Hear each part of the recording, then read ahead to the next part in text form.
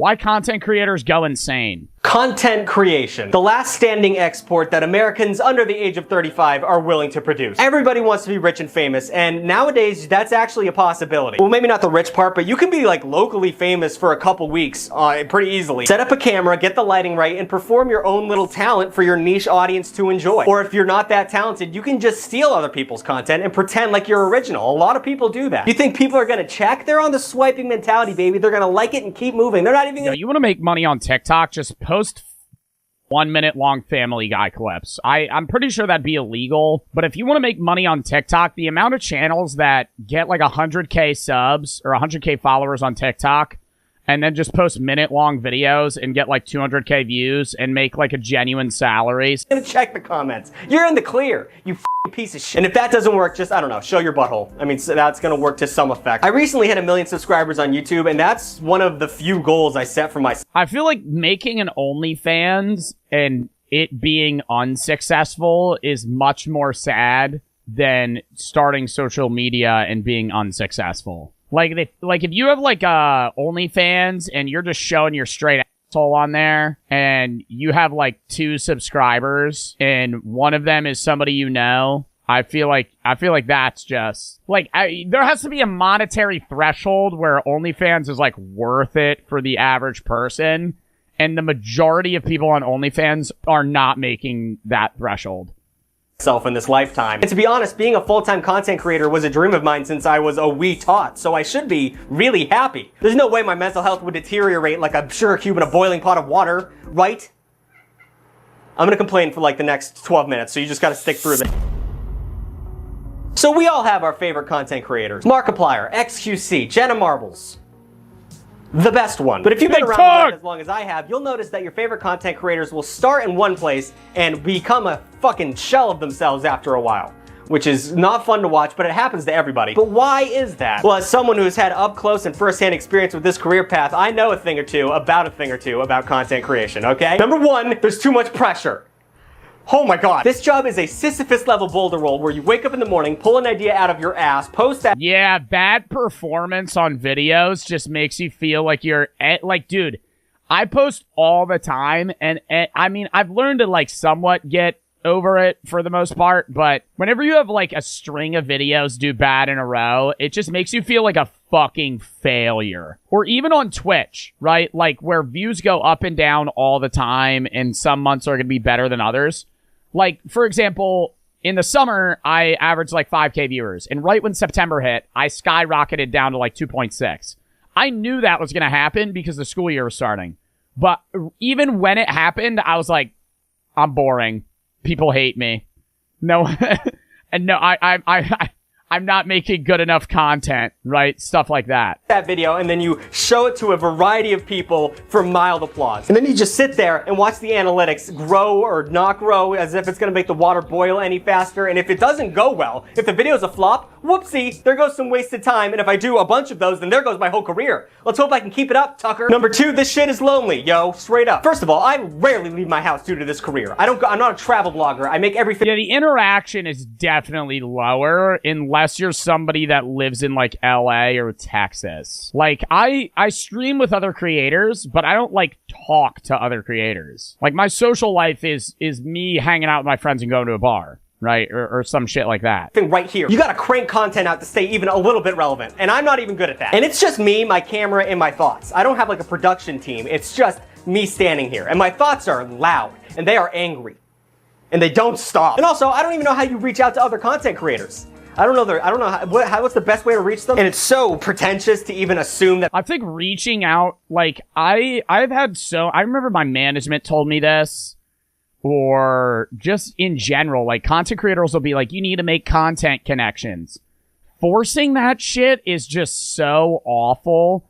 Like, the meaningful content connections that I've made happen naturally. Right? Just like you would a regular friend. Like, you're not going to go out there and, like, force a friendship. I mean, obviously, you might be looking in that sense, but it's the same thing with, like, a relationship in any sense. The people that I stream with the most, I just happen to meet them, right? Like Zeusy or Sneeg now or fucking Big Puffer and all them. Like, I just recently started streaming with them because we happened to get placed in a Minecraft video together, like all this other shit. That because I have subscribers and someone else has subscribers that we should like link up, bro. Oh, I've noticed you have some clout. I also have some clout. Let's talk about, how, I don't know, getting pussy. I don't know. Fuck it. So I have no clue. God, like, I don't even remember how I got on the Chuckle Sandwich podcast. I know Ted followed me, but I don't know how I got it. I don't even remember getting invited. I just remember being on it. What I'm doing. I have no one to relate to, and I don't have anyone to vent to about this. All my friends work in an office, a 9 to 5. And if I complain a little bit about my job, they're like, hey, suck it up, pussy. I'm working the fucking grind. And I'm like, I get that. But, I mean, for instance, number 3, the comments weigh on me like the boulder on Corey's... Oh, yeah, dude, yeah. Even, you can say, and I say it all the time, right? You gotta cherish the positive comments more than the negative ones. But it's just hardwired as a human to look at one negative comment, and that just overcasts fucking 100 positive comments. Like, I could look at 100 people say, oh, this video was mad funny, and then I see one person like comment, this was the worst video I've ever seen of you, and I'll just be like, dude. Chest. I know you're not supposed to read them, guys. I know everyone's been saying don't read the comments since like 2006, but my ego, it's so hungry. And the majority of you guys say very funny, very nice things, and I want to be part of that fun. But then sometimes I get a comment that says something like, oh, he looks like Chris Evans if he died in a river and showed up in a lake 2 months later. Or, oh, he looks like a mix between a gummy bear and Mac Miller. I feel so bad when creators think they suck because of one dumbass hater. It's usually not one dumbass hater. It's like the harassment of like 50 dedicated haters. Like, every content creator has people that just set most of their experience in your realm of just being an asshole because they don't like you. Nobody knows what the fuck they're doing. Nobody has any clue how to make this shit work. The whole industry, everyone's just guessing the entire time, except for MrBeast. I feel like he sold his soul to make every video as profitable as possible, but he's an outlier. It is crazy. I think he doesn't have any misses, because number one, he doesn't post every video he makes. I mean, EX, the video that I was in. But alternatively, he's not just a person, right? Like, content creators, like, all have misses. Big Tug will have misses. Everybody has misses. MrBeast doesn't show misses because he has a whole group of people that are helping him make a video successful. I talk about him. I mean, people claim to be experts, social media strategists. They are so full of shit. I've worked with these people. I've seen them in office buildings. All they do, this is what the social media strategists do. They pretend like they know what they're doing. They come up with hashtag strategies and other bullshit. Yeah, I don't like when influencers sell. I know a few influencers who do it, and I've never said anything to them because I think they're still pretty chill and I think they just need money. But I hate when influencers sell how to be a content creator programs, because I think that at the end of the day, it's experience. I don't know if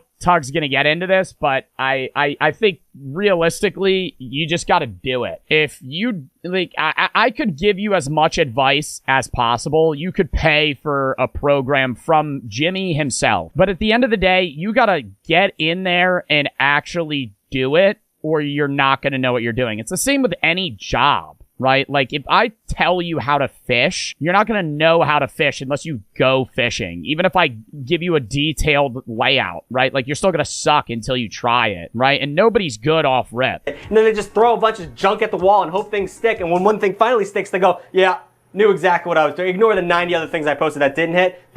This is an amalgamation of everything I've learned so far. The internet is like the stock market, according to Matthew McConaughey. It's Fugazi. It does nothing make sense. Do you think McDonald's knew that the Grimace Shake was going to be some kind of weird, fucked up viral success? They had no idea. The internet is a hive mind of the weirdest shit. It is crazy that the Grimace Shake trend just wouldn't have happened if that one guy didn't make a video saying, trying the Grimace Shake. And then it cuts to him being, like, passed out in the woods. That was, like, a 2-3 week trend. Like, any of that stuff. Like, it's just random, right? Like, what's going to do well on social media to some degree is uncontrollable. And it's so stressful. I have no clue what I'm doing. And each social media site has its own, like, algorithm and people who are on it. And you have to figure that shit out. And you have to post to all of them for even a chance of success in this. Except for Facebook. I don't post to Facebook. Facebook sucks. Well, Facebook shouldn't exist anymore. I don't know why. I feel as if Facebook 40 years from now has to fail. Unless the millennials today become like the Facebook moms, or like the or like your parents become the grandparents of Facebook. I just don't see, like, who here has Facebook? I feel like most Gen Z people don't even have a Facebook. And if you do, it's probably for like a video game you played where you would get like extra game currency, or you needed it for like some sort of school thing. Like, a lot of you guys are saying you have it, but nobody's like scrolling on Facebook, right? That's young. Sucks. I hate Facebook. Actually, let me talk about that. So as an aspiring content creator, as we all are, you can pretend like you're not, but I know every time you post something on the internet, you're kind of hoping it blows up, kind of hoping you can quit that 9 to 5. I get it, let's not pretend. But in order to achieve that, you have to have a firm grasp of knowledge on how every app operates and grows. And like I said earlier, no one actually knows how that works. But we pretend, we play our games, and we try and weasel our way. I'm gonna have one piece of advice that I see a lot of people do. Don't start a series. I mean, okay, keep in mind, take everything I say with a grain of salt, because, again, anything can fucking work. But I know a lot of people that, like, personally, that have been doing social media and have tried to do like series where they do like either short, like YouTube shorts or TikTok or Reels or something, where they're doing like an episodic-esque thing, and they think that it'll gain traction over time. It won't, right? You do episodic shit, in my opinion, after you already have traction, right? Because you don't know if that episodic thing that you're doing is going to hit. And if it doesn't, now you're just stuck in an infinite realm of, I'm just going to keep doing this until it works, but it'll never work. Do a bunch of random shit that you find interesting, right? Or the content realm that you want to make, stay in that realm that you want to make. But I mean, kind of diversify yourself. See when something works, kind of gain traction out of that. And then you can do an episodic thing. But if you're just like, hey, I'm going to start making a podcast. Me and my friends really think that we would make a really good podcast. Newsflash, buddy. Your podcast is never gonna fucking hit. You and your friends talking about your fucking prize picks for sports. You are 3 random dudes in the state of Idaho just fucking yapping on a Blue Yeti mic for fucking 4 hours. Who the hell's gonna tune into that? They don't know you, right? Most podcasts only work if you have people that will watch the podcast. You can't grow a podcast. With all of them. So I'm going to talk about why I hate each individual social media app, and it's just for my own mental health. Number 1, Facebook. Get off Facebook. Why are you still on Facebook? I mean, let's not even talk about this shit. It's just a terrible app to begin with. Not one of my close or satellite friends still has a Facebook page. And if they do, it's just a picture from like 2017 and a relationship status that has been long since in effect. Dude, also Facebook's UI is awful. It is the hardest app to navigate in the world. How do old people understand Facebook but don't understand TikTok when there's like fucking 5,000 tabs on Facebook and weird mechanics, but TikTok's just For You page following liked videos? The only real reason to have a Facebook page is to stay in contact and to update the older relatives in your life who just don't use any other social media besides Facebook. If you're still on this app, I'm going to assume you're either a Midwestern... what is this TikToks you Gen Zers are talking about? You youngins are... What's the YouTubes? Repost the worst Harry Potter memes, or some combination of all of those things. Facebook sucks. Number 2, TikTok. This is where I got my career started, and I owe them everything. This app fucking sucks. The algorithm is whack. The content has become brain dead. It's just algorithm baiting. And it has turned everyone into goldfish brain simpletons that can't watch a video over 2 minutes without swiping away. And it's done that to me too. My brain has become rotten because of short form content. It'll ban you for no reason. It'll not ban people who absolutely should be banned. It's just the definition of the consequences of our own actions and need. But thank you so much for everything you've done for me. I really appreciate that. If you could verify me, that'd be great, because all my content keeps getting stolen and people pretend to be me, and it's kind of fucked up. Then we have Instagram, a fantastic place to see memes that are 4 days old and they come from better parts of the internet. Or it's great if you want to follow up on your favorite celebrity. Instagram Reels is the biggest shithole in the world. It's literally just re-uploaded TikToks. See, I mean, a lot of YouTube Shorts are like that as well, but YouTube Shorts does have a lot of unique content, right? Whereas Instagram Reels, I don't think I've ever seen a unique post on Instagram Reels. This is big. Dream, hustle, repeat. Anything you want to do, go and make it happen. Build.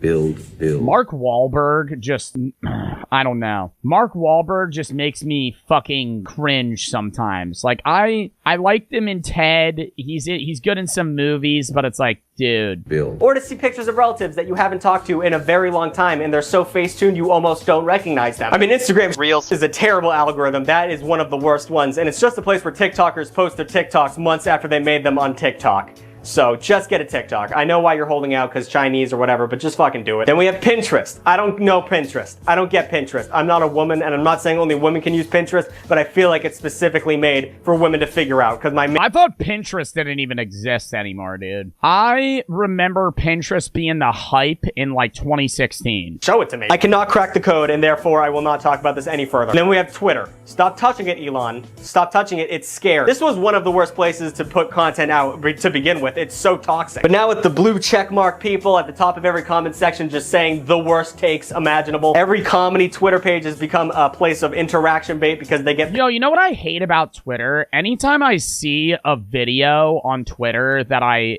am mildly interested in what the replies are, all of the replies are just a chain of other videos that are similar to the video that I watched, rather than an actual reply to the video or the tweet. Like, I follow a lot of history accounts, and none of them, or not follow them, but like I see a lot of history, like video, like old 1940s videos or 30s videos, and I'm like, wow, that's kind of cool to see the past, right? Click on it, and then I scroll down, and it's just no one talking about it, dude. Or it's just somebody fucking legs open, just spreading their vag. Just now it's just like, well, do you remember when SpongeBob was on TV? Good fucking joke. What the fuck is that? Now Elon's trying to get rid of the block feature because he saw how many people blocked him because he's annoying. And now he's blaming Jews for shit. I'm just so over that app. And how do you even build a following on Twitter? No one knows. I have put out some absolute heat, some bangers of tweets, and they never get attention. And then someone takes a screenshot of that tweet and puts it on Reddit, and it gets... I feel like the big Twitter accounts that exist now have always been around. Like, the people that are making money on Twitter are Twitter accounts that have been Twitter accounts for fucking 7 years with a following. Front page? The fuck is that? Okay, whatever. I'm done talking about this. Then we have YouTube. The best. There's no issues with YouTube. Please, for the love of Christ, don't affect my channel. Leave me alone. But despite all of that, if you could follow me on each individual social media site that I mentioned. If you don't have an account, just make one. It's really easy. Types of content creators that absolutely suck wang. I mean, I'm not a big shit talker. To quote AJJ, I'm too cowardly to take a stand. I want to keep my nose clean. So I won't be calling out content creators directly, but there are definitely genres of these types of people that are just disgusting. First and foremost, we have the pointers. You've probably seen these people before against your will. These people are known for their lack of input as well as their ability to ride the coattails of a much more talented creator. They always sit— Scumbag Dad as in— oh, sorry, Scumbag Dad, I know this is satire. I was struggling to find examples. No, Scumbag Dad does add stuff. But yeah, no, there are a lot of commentators that'll just fucking throw that bitch up there. The people that react to memes like Ben Telek. What's better than one orange? 2 oranges. Known for their lack of input as well as their ability to ride the coattails of a much more talented creator. They always sit in the bottom of a screen and they— Don't you also react? Yeah, but I don't react to still framed memes and just read them and chuckle. I add to the video for the most part. Just point up to like a meme or a tweet that they did not create, and that's all they do. I mean, sometimes they'll like chuckle or they'll be like, huh, that's so true. Oh, that's literally Ben Telek. My son really made me ask his dad for something he wanted because I knew him longer.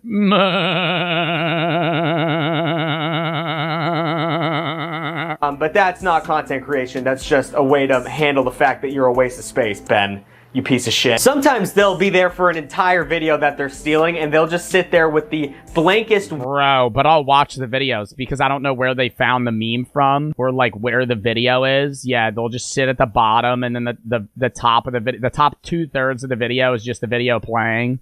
window licking stare you've ever seen in your life. Number 2, we have the toxics. Now, I'm not going to put any of these people up on the screen because I don't want to be put in their crosshairs, which will further their careers by throwing gasoline on the fire. I mean, I guess a good example is Trisha Paytas because she is exactly what I'm talking about, and also with my follower count, she probably doesn't see me as a real person. But these people just feed off of talking shit and hate spewing. Not like racist hate spewing, that's a different type of content. But it's what they built their platform off of, right? Like, a lot of people are like, wow, this person's really going in a down spiral. It's because they're gaining traction from being an asshole. I'm not saying necessarily Trisha Paytas, but like any content creator you could think of that's just like known to be a dickhead, it's because if they're a dickhead, they get views. And that's not funny, so we won't talk about that. But no, these content creators have come up with the perfect formula to generate interactions with their posts. First, they come up with a super bad take, like men should never cry. Then they hold that take to their chest and make a post about it. Then, of course, the comments are full of people saying, that's not— While I don't want men to completely avoid it, seeing a man cry does turn me off. I'm seeing the pendulum swing from men shouldn't cry to a man crying has zero effect on his attractiveness, and neither of these are true. Well, yeah, if you're a guy that's just sitting around crying about every little thing, but if, like, my dog died, I'd cry. Or if I was really upset, I'd cry. Guys should be allowed to cry as much as women. You know, doubling down on the take that they had that was so dog shit it made that many people angry. And then the people in that comment section for that post are even angrier than the post before it, and that cycle just continues until people stop giving a shit. In which case, that content creator comes up with another dog shit take, and the cycle continues. It's probably one of the laziest ways to make content, and it's also, I don't know how you live like that. I don't know how you look in the mirror, but, you know, to each their own. Get that bag, king. Then we have the split screeners.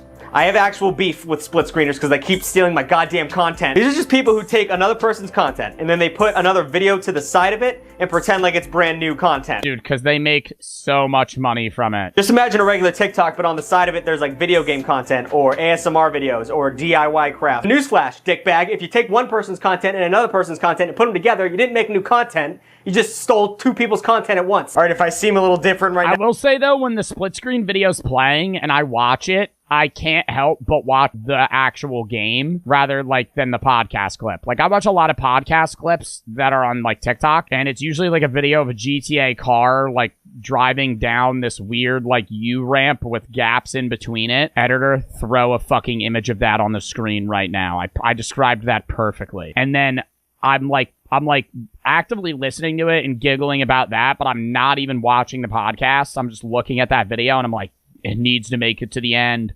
And the video always cuts right before it does. A little drunk, and now here I am. The last one is rant videos. Rant video, these people are dorks. They bitch about everything, they have nothing positive to say, and they just live off of these hacky, BuzzFeed-like articles about things that they're just praying are relatable. It's popular because it works, but Jesus Christ, I mean, you know, don't be such a hack.